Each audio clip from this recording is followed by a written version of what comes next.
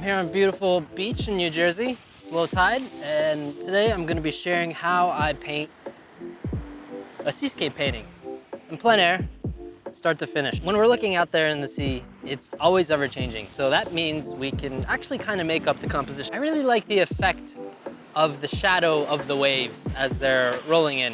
So I think that's gonna be the central focus for today. And so this is gonna be about the height of the barrel as I see it. I think I want to focus on the inside of the barrel and a little bit of shadow that's starting to form. I need to make sure I'm lightening it up a little bit, reaching for blue, reaching for yellow ochre, reaching for white. Ultramarine blue, yellow ochre, and burnt sienna. Those three colors do wonders when you're painting water. When the water is shallow and we see into the water, it becomes very warm, it becomes orangish. When the water is deep, when it's far out in the ocean, that depth all of a sudden becomes dark. It becomes those darker green tones that we're seeing over there in the back. I'm pressing my brush in a very specific way right now so that the top edge is sharp and the bottom edge is soft.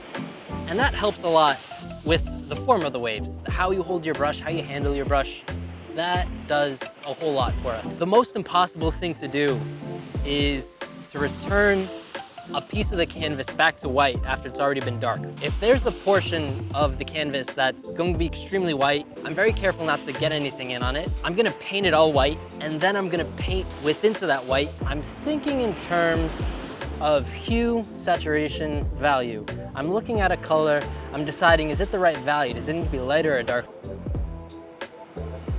The top of the wave here,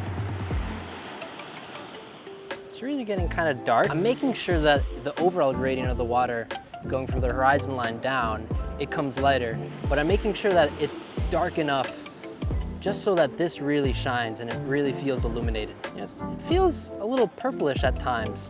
So I'm gonna grab a little bit of my alizarin or quinacridone or whatever I have on there.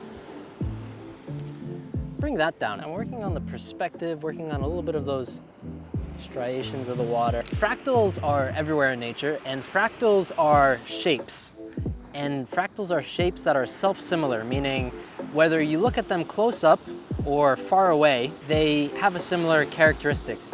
And so the wave is fractal out there because from far away, the wave looks like a big peak. When you look closer at the wave, there are all these little peaks. Shadows actually lighten up over here because it's a much wider opening, all the light's sort of falling in here. There's something called occlusion in tight corners or in places where there's not a lot of angles for the light to be able to fill in. It actually gets a little bit dark. And so this type of sensitivity to what's the darkest dark, what's the lightest light, it all really adds up and makes a huge difference in your painting eventually. It's not easy to develop, it takes time, and it takes a lot of effort. All right, that's where I'm gonna leave it off for today.